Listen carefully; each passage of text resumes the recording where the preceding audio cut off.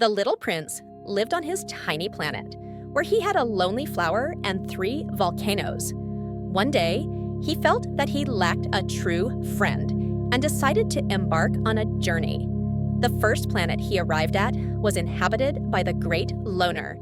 He was a man surrounded by mirrors, reflecting only himself.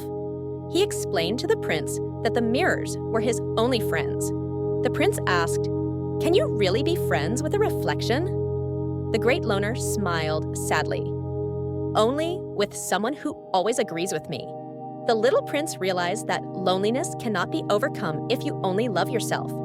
He said goodbye and continued on his journey. On the second planet lived a scientist. He knew everything about the stars, but never looked at the sky.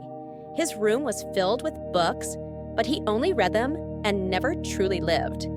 The little prince asked, "You have so much knowledge, but do you have any friends?" "I have no time for friendship," the scientist replied. "I study how friendship works, but I cannot experience it myself."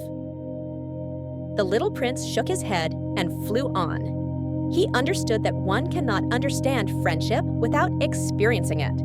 On the third planet was a musician who played beautiful melodies, but never shared them. He kept all his songs in notes, afraid that others would not appreciate them. The prince said, "True music lives in the hearts of those who hear it." The musician thought for a moment, and for the first time, played his song for the prince. It was the most beautiful melody the prince had ever heard. He taught the musician that joy is meant to be shared, not hidden. Continuing his journey, the prince arrived at the planet of the forgotten friend.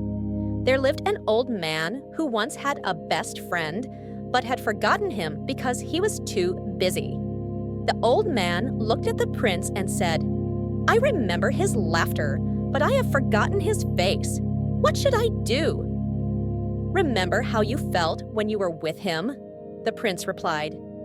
The old man thought, and a smile appeared on his face.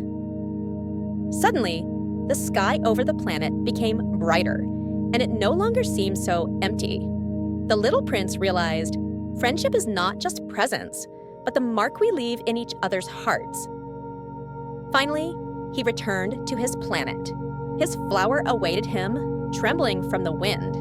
The prince understood that true friendship is about care, sincerity, and the willingness to share oneself. He watered the flower and smiled.